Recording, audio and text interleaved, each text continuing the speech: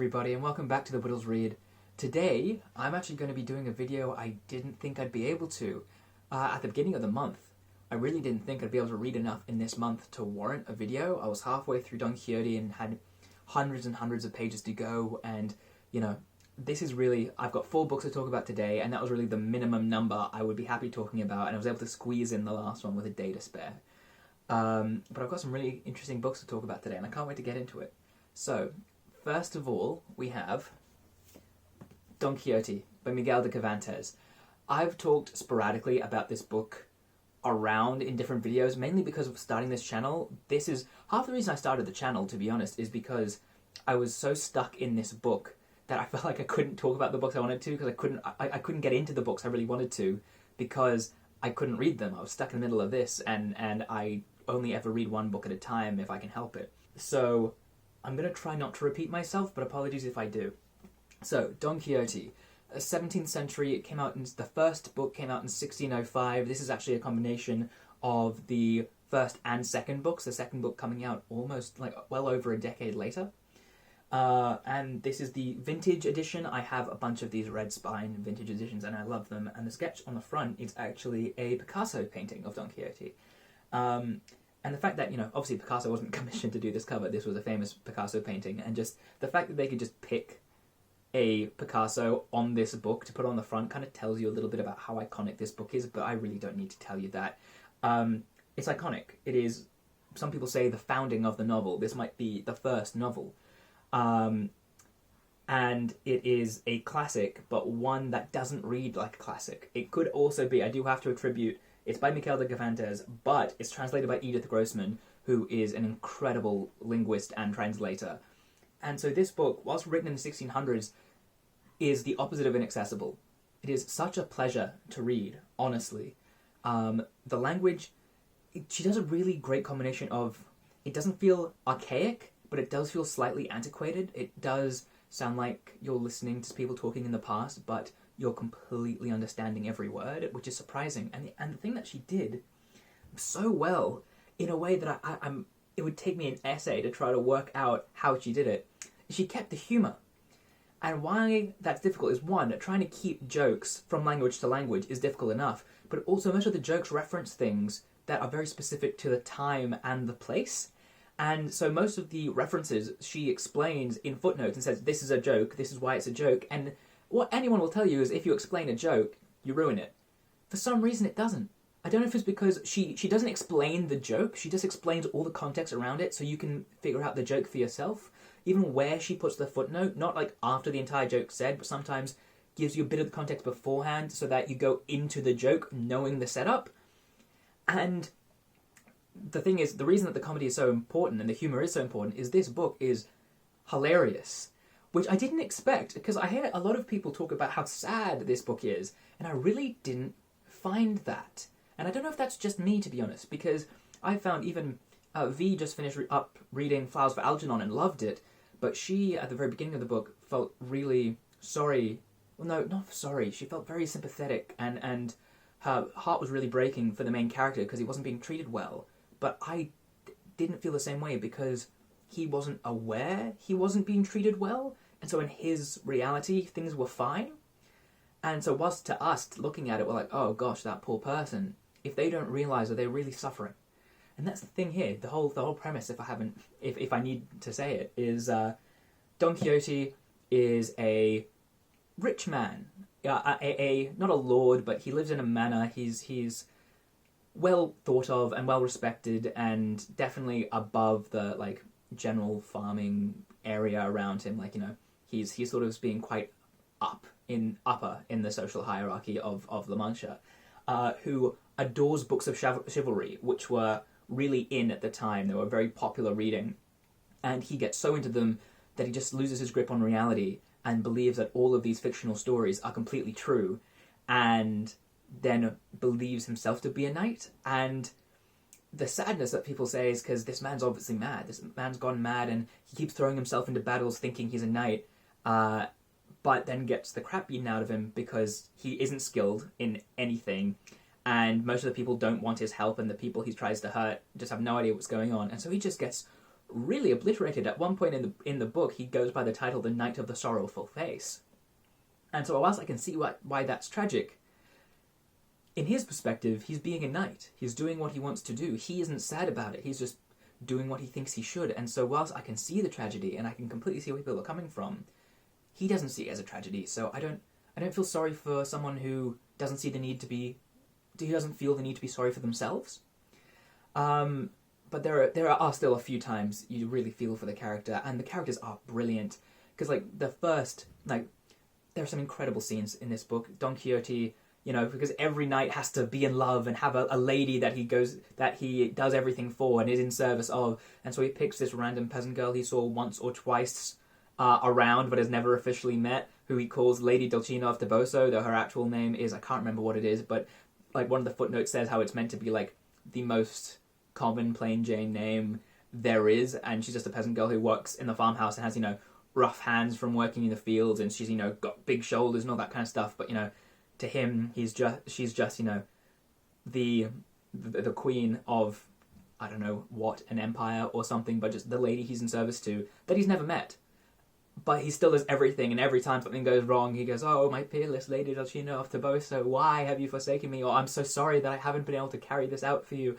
And it just gets mad from there. And then the person I do feel sorry for is Sancho Panza, who isn't in the very first bit of the book, but comes in later as his squire, his sidekick, who is not as insane. Sometimes he's very much aware of what's going on. Sometimes he is confused about whether, Don Quixote's always saying, "Oh no, it only appears that way because there's enchanters making everything look different. So, you weren't actually kicked out of that inn for not paying. It was actually evil enchanters were trying to manipulate us to make us look bad." And he's sometimes not knowing what to do because he trusts Don Quixote.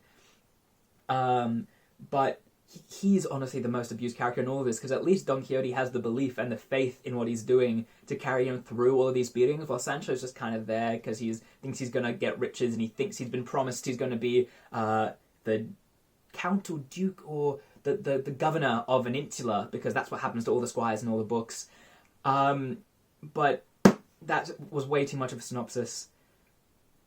This book has so many little stories. They're almost short stories, but they're sewn together in this larger narrative, and I would recommend maybe not reading all in one go. Maybe read the first book and then read the second book. By the end of it, I just want to get through it. I did it more to have the achievement of reading such a big book, rather than choosing the most enjoyable way to read this. But ultimately, it was not stale, it was not boring, it was enjoyable the whole way through, and there were times it dragged and I didn't find it interesting, but there were times I laughed out loud. And especially the second book. I much prefer the second book because it's has the element of, in the first book, someone is writing a history of Don Quixote. What we're reading is this history, or someone reading the history. And so in the second book, everyone knows the history, and so Don Quixote's actually got a bit of a reputation as a madman to some, but a knight to others, and that element I loved so much more. So the second half of this I actually loved even more than the first. But if you get this copy with this translator, I'm sure it's in different editions, but Edith Grossman's translation of Don Quixote, I think you'll be pleasantly surprised. And I understand wanting to stay away from it because it is an enormous classic. It doesn't read that way.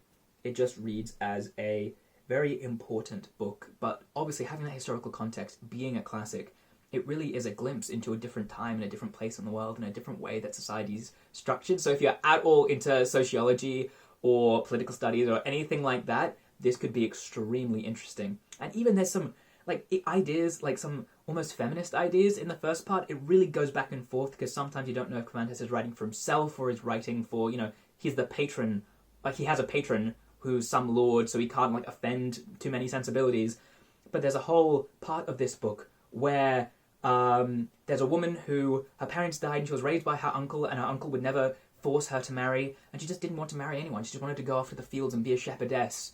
And you come upon this funeral for this man who was, pining after her, and because she scorned him, he killed himself. And, they're all accusing her, how dare she do this? What a monster she must be. And she just kind of rocks up and just goes, "I'm constantly told throughout my whole life that my entire value is in my virginity and my purity, but all you want from me is to lesser myself by giving it away to some man I don't even care about. You love me because you think I'm so beautiful, but I don't think you're beautiful, so why should I care?" And just these ideas of just shooting down all these guys with complete rhetoric, and then she just leaves, and she's just like, okay, yeah, I've said my piece, I'm gone. And they kind of sit around a bit awkwardly for 5 minutes, and then they just go back to what they were saying before.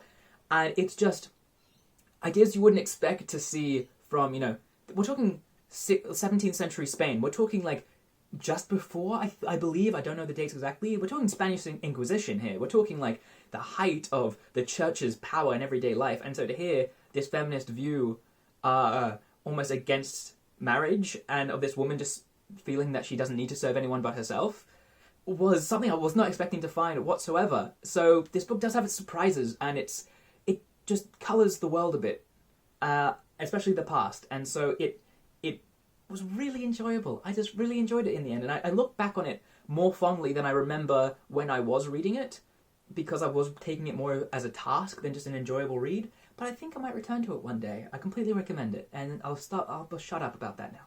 The next book I'm going to talk about is White Fragility by DiAngelo. The interesting thing about this is I have filmed this bit of this conversation a few dozen times. So many times, in fact, that I realized I needed a whole separate video on it. And what I will say is, don't wait for it. If you're going to get that book, if you're at all tempted to get the book, get it. Do not take what I will say about this book as a substitute for reading it. Because the whole point of that video, I'm trying so hard to not make and present the arguments that DiAngelo does, because DiAngelo is an academic, she knows this topic, and she has spent her entire career as a racial sensitivity trainer and has been making these arguments directly to people for decades. I cannot say what she says with as much confidence or as effectively. So I am really trying not to talk about what this book says, even though there's so much I'd love to say, because I do not want to be the reason that anybody chooses not to read this book because they think they get the message. No. This is a book that has to be read. And it is so important. And it is aimed at people who think they're not racist. It is aimed at allies. It is aimed at people who think they're doing the right thing, and who, by trying to be good people, are doing more harm than they are aware, than I was aware. I always thought I was an exception. I've talked about before how I grew up as a white minority in the Middle East. But I realized that a lot of the structures I engaged in now were white-run and white-dominated. I went to a private British school in the Middle East. So it was still a school that had a high concentration of white people and was run mostly by white people, even as a white minority in the Middle East.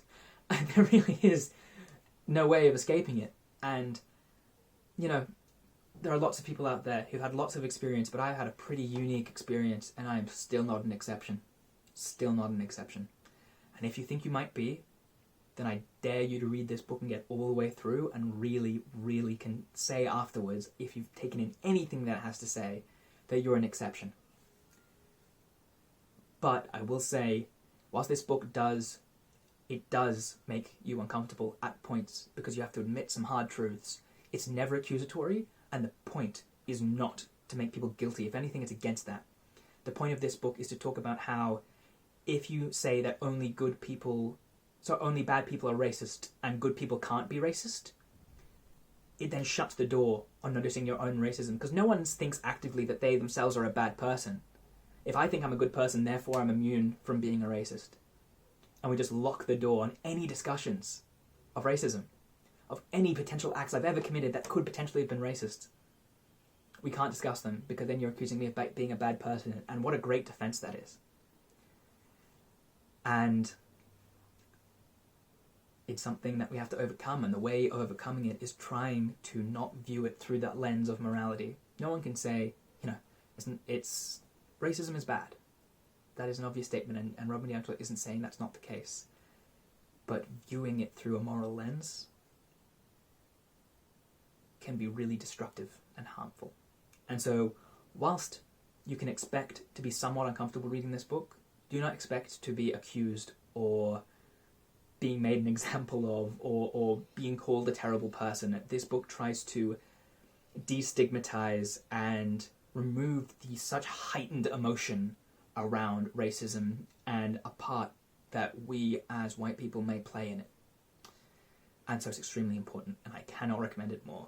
If you want to hear more about it, feel free to watch my other video, but honestly, if you are already convinced to get this book, don't watch a thing I have to say about it, because I will not do it nearly as good a job. I will not do the book justice. I will not present the arguments as well as Robin DiAngelo. Go to her. Go to this book. Get it directly from the source, because I will always do a worse job in comparison. This is such an incredible book, and I cannot recommend it enough, and it's more than a recommendation. You have to read it. Everyone has to read this book. I think the world will be a better place if we do. On a bit of a lighter note, the next book I read was Before the Coffee Gets Cold by Toshikazu Kawaguchi.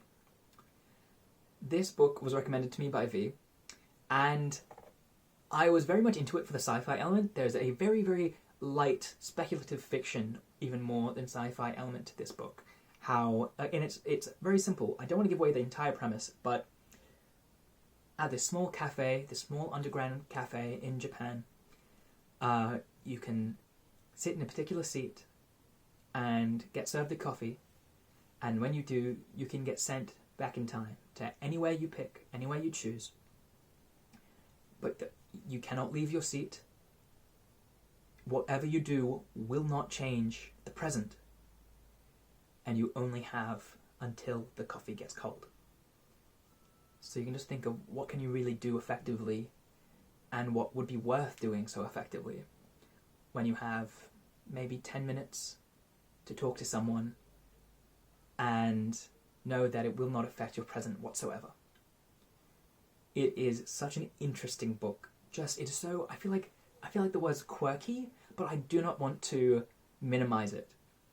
It is just so enjoyable, and it's just got that, one of the things about the writing, and I do not know if it's the translation or perhaps Japanese as a language, especially because this was also carried over from a play, so I don't know whether it's because maybe this originally started as a play, so it more focuses on direction and staging, or whether because it's a translation, so potentially the translation is somewhat stilted because Japanese and English are extremely different languages, so finding good comparisons would be difficult, or because Japanese is potentially more of a literal language.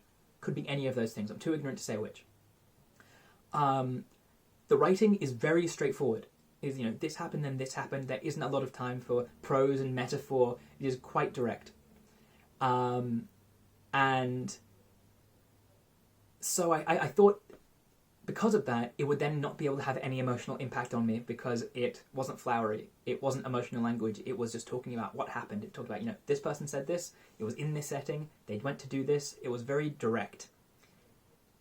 And yet, it really played with my heartstrings in just such a beautiful way. It was just such an enjoyable read. I wouldn't call it a light read, because I don't want to claim that it doesn't have any substance. It definitely does. But they're just 4 short stories set in the same kind of cafe. Just this beautiful exploration, just this speculative fiction about these beautiful little stories that are well worth a read and so enjoyable. It's the perfect book if you just want to sit outside somewhere and just forget about the world for a little bit. But not just waste your time on something that doesn't have anything to it, because there's definitely a few beautiful stories and elements here. So it's something, again, I recommend every book I read at the moment. But yeah, very enjoyable. Very much recommend. The next book is one I have to, not really, but somewhat apologize for, only because I promised it would be my first book of September, and I lied. I finished these books quicker than I thought, and so I had a bit of time, and I was able to squeeze this in and finish this the day before the month ended, and so I present Paul Takes the Form of a Mortal Girl, which is a book I was so excited to read. And whilst it really didn't... I do not want this to sound like a criticism. It didn't deliver in the ways I was hoping it would, and was so much better for delivering in the ways I didn't expect it to. For people who haven't been made aware, who haven't seen my previous videos on this, this book is about our character Paul, who is putting any labels on Paul would be extremely difficult, but in no small part because Paul is a shapeshifter, and he can shapeshift between genders, can make himself more muscly or shorter or more femme or more butch or more whatever. But whilst doing it so throughout, maintains and keeps consistent the pronouns of he. So referring to Paul through he, him pronouns is completely correct. And it's just such an exploration, because even though Paul is generally, when Paul's in his male form, is gay and generally interacts with men, but then when Paul changes into a woman, it spends a lot of this book in a lesbian relationship, but it really just does explore. And even there's this one, probably the most beautiful part of this entire book was, I can remember the sentence, I hope I'm not butchering it, is, Paul realised he was starting to have girl feelings. Weird. Because it's just, he never really maintained a female appearance for long. Most of his gay male friends thought he was just really good at drag. But then he goes to an all-woman festival as a woman and meets women and starts having a gay-female relationship and starts having these feelings that he didn't have as a boy. And so just that exploration of gender in such an interesting way. And what makes it all the more interesting is that the author, Andrea Lawlor, is non-binary. And so they, it's one of those things, I do not know the author well enough and I don't want to assume anything, but having a look at what I can only assume is Andrea Lawlor presenting themselves as this character, and the fluidity from genders and the changing in feelings, this whole exploration from somebody who doesn't identify as either gender, makes this book all the more interesting. And Paul is such an interesting character because he's so insufferable and he's so concerned with appearance and what everyone else thinks of them. And appearance, it makes sense, because every time they shapeshifted, they're like, what outfit should I wear for this body? Who am I trying to be like? And it's filled with references to people and movies and music that I didn't know. And I was really shocked by that, because I consider myself a bit of, especially when it comes to music, I really thought I knew my music. I picked up maybe 5 references in the whole book. And also, this book is surprisingly literary. This is such a literary book. And I say surprising not because of this book in particular, but it's the most literary book I've read this year, I'd say. Every other page, there was a word I had to look up, because I just didn't know what it meant. And after looking it up, it still took me some time with some words to try to figure out what it was saying. And yet it was accessible. And I think that was partly because, as a straight white cis man, I didn't expect to understand everything that was happening in this book. And I didn't. And so I think that was fine. I was able to not brush over it, but there were some aspects where I just thought I wouldn't be able to get it. And it was talking about things in a community I'm not part of. So the same way how, Before the Coffee Gets Cold even is an example where, the name of the cafe references some song, but it's a song I don't know what it's talking about, because I do not know Japanese music very well. And it just talks about how, I talked about this on my post on our Bookstagram, just how this book really does do a brilliant job of just showing how narrow a slice of life you really are exposed to. This is a book based on reality. All of these places are real places. All of these people are real. Like the musicians that are referenced, the movies that are referenced are all real. And Paul identifies with them so thoroughly, and so many of the characters do so thoroughly, and I have never even heard of half of them. The world is just so big and just filled with so many people that it's impossible for you to really comprehend. You know that moment where you just see someone walking down on the street and you just think, you're an entire person with an entire life who has so many real feelings, and you're just as real a human being as I am, and this is the only time I'll ever see you, and I can just think of you as some anonymous person just walking down the street.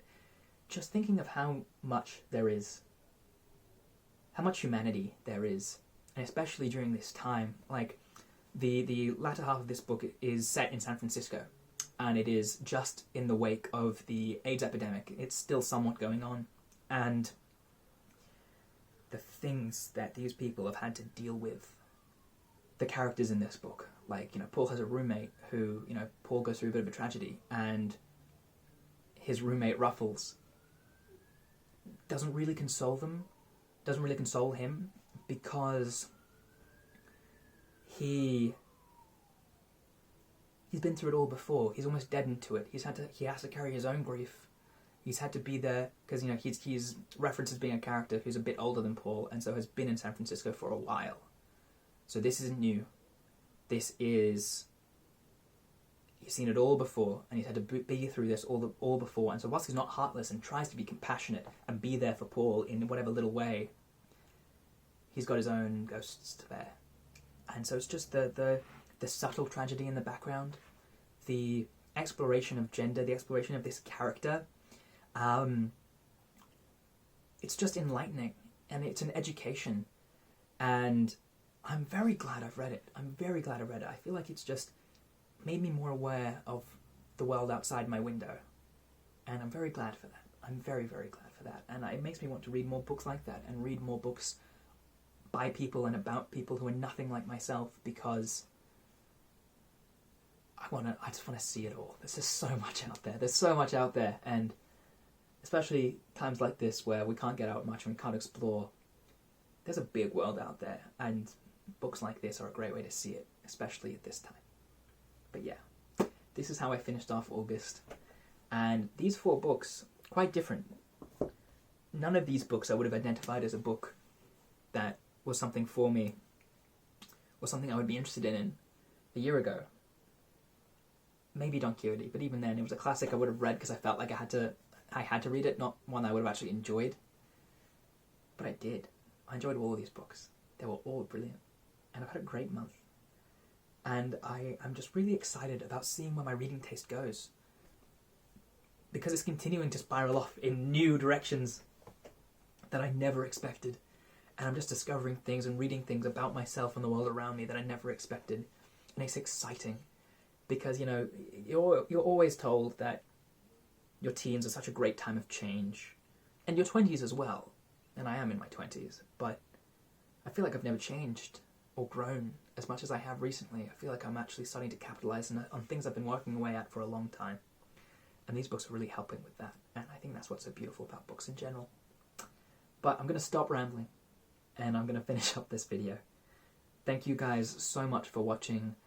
As always, the books I mentioned are going to be down below, and also I've added a few affiliate links. The number one I'd recommend everyone go to is Blackwell's, because Blackwell's is an independent British store, so even though it's not Australian, it's independent, and they do free international shipping, I think, over a certain amount, but good prices, a great store.